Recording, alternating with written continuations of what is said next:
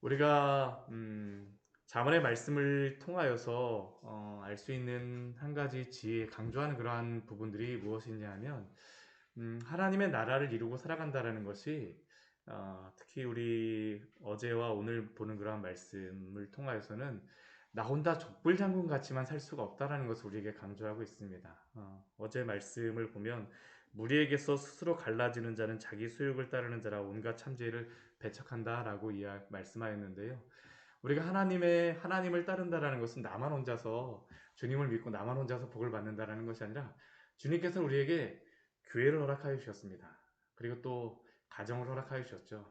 한 공동체를 이루어서 하나님의 나라를 이루어가는 것을 하나님이 원하십니다. 이 잠언 18장에서는 그래서 여러 가지 관계 속에서 나아오는 그러한 지혜가 필요함을 우리에게 말씀합니다. 그냥 나 혼자서만 그렇게 잘 살아가라는 것이 아니라 관계 속에서 하나가 되어져서 정말 그 속에서 지혜롭게 또 살아갈 것을 우리에게 말씀하고 있죠. 오늘 13절 말씀도 그렇습니다. 오늘 말씀도 보면 그 반복되는 그러한 내용들이 참 많습니다. 우리 13절 말씀을 보게 되면 사연을 듣기 전에 대답하는 자는 미련하여 욕을 당하느니라. 사람과의 관계 속에서 우리가 여러 가지 이야기를 할 때 먼저 필요한 지혜가 무엇이겠습니까? 잘 들어주는 것입니다. 들어주지도 않았는데 내가 할 이야기가 있다래야 그냥 따다다다다다다닥 다 이야기하면 어떻게 됩니까? 관계는 좋아질 수가 없어요. 그렇죠?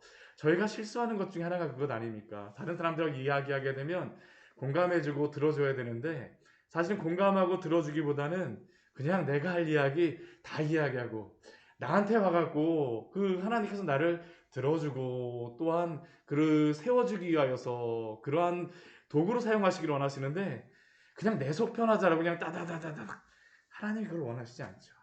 사연을 듣기 전에 대답하는 자는 미련하여 욕을 당하느니라. 또 우리 15절 말씀에도 유사한 말씀을 하고 있습니다. 명철한 자의 마음은 지식을 얻고 지혜로운 자의 귀는 지식을 구하느니라. 명철한 자는 잘 듣는 사람이라는 겁니다. 명철한 자의 마음은 지식을 얻고 지혜로운 자의 귀는 지식을 구하느니라. 잘 들어야지 더 지혜로운 자가 되어진다는 것을 우리에게 말씀하고 있죠. 정말 우리가 잘 듣는다라는 것, 관계를 우리가 세운다라는 것이 듣는 것으로부터 시작함을 우리에게 말씀하고 있습니다. 우리 솔로몬에게 주셨던 그 지혜의 그 의미도 우리가 잘 보게 되면 잘 듣는 것이 필요함을 우리에게 말씀하여 주고 있지 않습니까? 우리 말씀 한번 보도록 할까요? 우리 열왕기상 우리 2장의 말씀에 보게 되면 열왕기상 우리 3장의 말씀에 보게 되면 솔로몬이 하나님께 받았던 그 지혜가 무엇인지를 우리가 알 수 있지 않습니까? 그가 구하였던 그 지혜가 무엇이었습니까? 우리 9절 말씀에 보게 되면 이렇게 말씀하고 있죠. 열왕기상 3장 9절의 말씀입니다. 같이 읽겠습니다. 누가 주의 이 많은 백성을 재판할 수 있사오리이까? 듣는 마음을 종에게 주사 주의 백성을 재판하여 선악을 분별하게 하옵소서. 지혜라는 것은 듣는 것으로부터 시작된다라는 것입니다. 제가 이 말씀을 보면서 제가 참 부족한 부분이 바로 이 부분이 아닌가라는 그런 생각을 해보았습니다. 정말 우리가 지혜 있다라고 아무리 많은 지혜를 가지고 있으면 뭐합니까? 우리가 그 지혜를 나누기 위하여서는 잘 들어줘야죠. 좋은 의사가 되기 위하여서는 무엇을 해야 됩니까? 환자가 어디가 안 좋은지를 잘 들어야지만 또한 그 여러 가지 뭐 엑스라이드라든가 그런 것들을 통하여서 그 지금 나오고 있는 그 병환이 무엇인지를 알아야지만 제대로 판단할 수 있는 것과 같이 우리가 잘 듣는 것서부터 시작해야 됨을 우리 오늘 말씀을 통해서 우리가 기억해야 됩니다. 또한 듣는 것은 이 재판에서도 필요하죠. 우리 17절 말씀 우리 같이 한번 읽어보도록 하겠습니다. 송사에서는 먼저 온 사람의 말이 바른 것 같으나 그의 상대자가 와서 밝히느니라. 우리 재판에서도 그렇습니다. 아까 그 솔로몬이 우리 열왕기상에서 말하였던 것과 같이 그가 듣는 마음을 주사라고 했었는데 바로 솔로몬이 구하였던 게 바로 이것이었었죠. 송사에서는 먼저 온 사람의 말이 다른 것 같으나 예전에 어떤 분 이야기를 들으니까 그 경찰서에 가게 되면 그 사건을 일으킨 그러한 그 피의자하고 피해자하고 누가 먼저 온냐라고 이야기하니까 사건을 일으킨 사람이 먼저 온다라고 이야기를 하더라고요. 왜냐하면 먼저 와갖고 그 자기의 마음이 뭔가 껄끄러우니까 경찰서에 갖고 먼저 다 이야기를 한대요. 그리고 어찌할지 모르고선 그 상황에서 안절부절 못한다는데 근데 피해자는 어떡할까요? 늦게 와서도 그냥 당당합니다.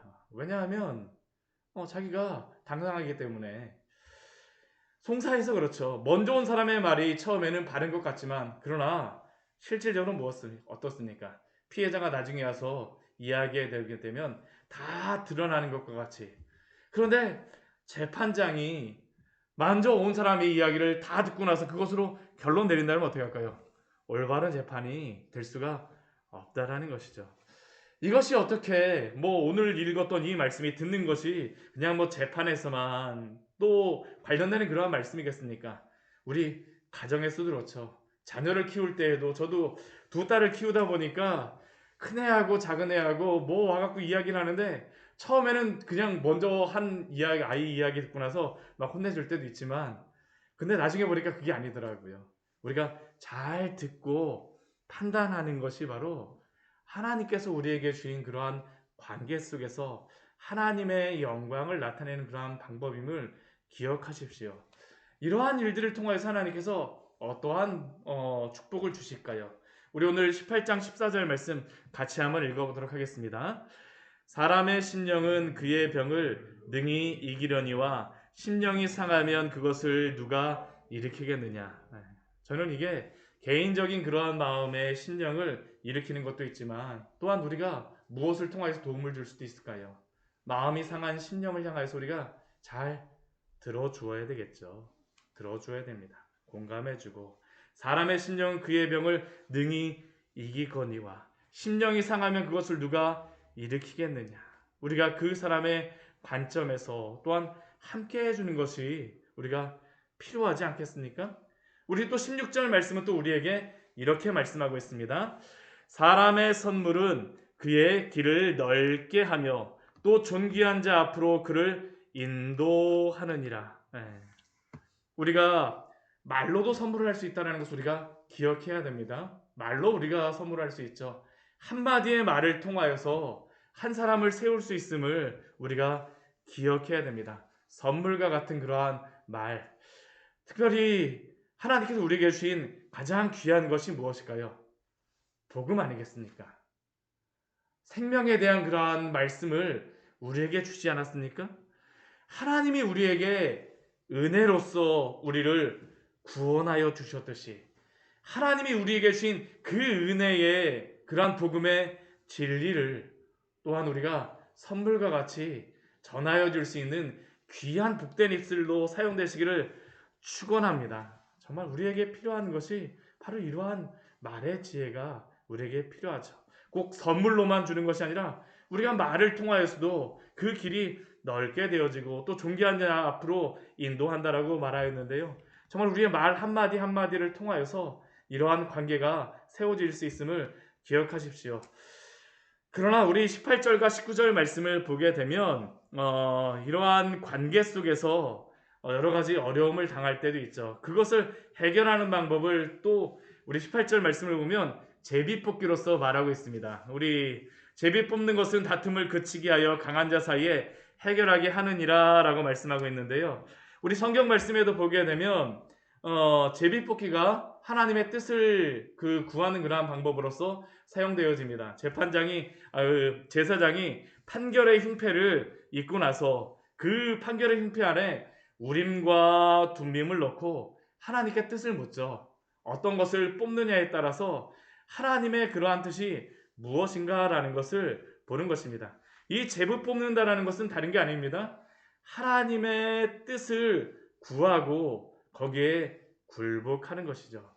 오늘날 우리가 하나님의 뜻을 구하고 굴복하는 것은 무엇이겠습니까? 여러 가지 어려운 그러한 의견이 맞부딪히는 그러한 속에서 하나님의 말씀을 의지하는 것입니다.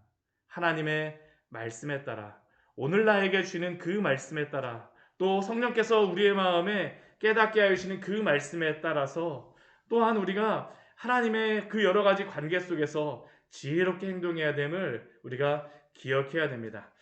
우리 19절 말씀을 같이 한번 읽어볼까요? 19절 말씀 같이 읽겠습니다. 노엽게 한 형제와 화목하기가 견고한 성을 취하기가 어려운즉 이러한 다툼은 산성분비장 같으니라. 우리 18절도 그렇고 19절도 그렇고 어떻게 하라라고 말씀하시는 건 아닙니다. 근데 우리 19절 말씀을 통해서 우리가 얻을 수 있는 그러한 것이 있죠. 우리가 한번 마음을 어떤 사람과 화나게 하면 어떻습니까? 화목하게 하기가 너무나도 어려워요. 그렇죠. 노엽게 한 형제와 화목하기야 견고한 성을 취하기보다 어렵다라고 말씀하여 주셨으니까 이 말씀은 무엇일까요? 이렇게 노엽게 하기 전에, 그 상대로 하여금 화가 나게 하기 전에 우리가 먼저 가서 화목하게 하기를 힘쓰라라는 것입니다. 다 벌어지고 난 뒤에 나중에 그것을 해결하려고 하면 무엇과 같다라는 겁니까? 견고한 성과 같다라는 것입니다. 견고한 성과 같다라는 것. 오늘 말씀은 우리 13절에서 우리 19절까지의 말씀 그래서 다른 것이 아닙니다. 잘 들어주고 관계를 잘 맺는 것이 바로 지혜로운 자라는 것이죠. 하나님의 나라는 나 혼자만 이루어가는 것이 아닙니다. 가정에서도 그렇고 우리가 교회에서도 그렇고 함께 함으로 말미암아 하나님의 나라를, 사랑의 나라를 이루어가라고 오늘 우리에게 말씀하십니다. 이 지혜를 가지고 오늘 하루도 살아가십시오. 또 우리의 입술에 대하여서 우리 20절과 21절 말씀에 말하고 있는데요. 입술에 분명한 열매가 있다라고 우리에게 말씀합니다. 우리가 복된 말을 하게 되면 그 복된 말에 대한 결과가 무엇일까요? 복된 열매가 오고요. 우리가 악한 말을 하게 되면 악한 열매가 맺혀지게 됩니다. 사람은 입에서 나오는 열매로 말미암아 배부르게 되나니 곧 그의 입술에서 나는 것으로 말미암아 만족하게 되느니라. 입술에 그러한 열매를 우리가 분명히 있다라는 것을 기억하십시오. 때로는 죽고 사는 것이 21절 말씀 보면 혀의 힘에 달렸다라고 하는데 우리가 지혜로운 말을 할 때에, 세워주는 말을 할 때에, 또한 그 영혼이 살아나게 되면 또 우리도 어떻게 합니까? 우리도 복을 받는다라는 것입니다. 그 관계 속에서 하나님께서 복을 받게 하세요. 복을 받게 하십니다. 우리 22절 말씀은 우리 같이 한번 읽어보도록 하겠습니다. 아내를 얻는 자는 복을 얻고 여호와께 은총을 받는 자니라. 네, 우리 잠언의 말씀 보게 되면 가족에 관련된 그러한 말씀을 많이 말씀하고 있습니다. 아내를 얻는 자는 복을 얻고 여호와께 은총을 받는 자니라. 여기에 나오는 이 아내는 본질적으로 현숙한 그러한 여인입니다. 여호와를 경외하는 그 지혜를 여인으로서 말씀하죠. 그러나 또한 우리가 좋은 아내를 얻는 것이 남자에게 참 복이 되는 것처럼 또한 그 아내도 복된 것이 무엇이겠습니까? 좋은 남편과 함께 또한 주님을 잘 섬기는 것이 여호와께 은총을 받는 자라는 것을 우리에게 말씀하고 있습니다. 또한 이것을 우리가 확장해서 본다면 무엇일까요? 한 가정일 뿐만 아니라 한 가정 안에서도 할아버지, 자식과 또 부모 그리고 자녀 이렇게 살아가는 그러한 모습들, 한 가정 안에서 하나님의 나라를 이루고 또한 가정이 이루어져서 무엇이 될까요? 교회를 이루고 공동체가 되어지는 것입니다. 하나님께 은총을 받는 그러한 사람, 오늘 우리에게 주신 가장 작은 공동체인 가정 안에서 하나님의 그러한 복된 그러한 입술을 가지고 세워주십시오. 저도 이 말씀 보면서 우리 가정에서 제가 지혜롭게 말해야 되겠다는 것을 생각하였는데요. 우리의 가정으로부터 이러한 복된 말로서 우리가 행해야 됩니다. 우리 23절과 24절 말씀을 보게 되면 이것은 무엇을 하라라는 그러한 말씀보다도 그냥 이 시대의 그러한 그냥 상황이 이렇다라는 것을 말씀합니다. 가난한 자는 간절한 말로 구하여도 부자는 엄한 말로 대답하느니라.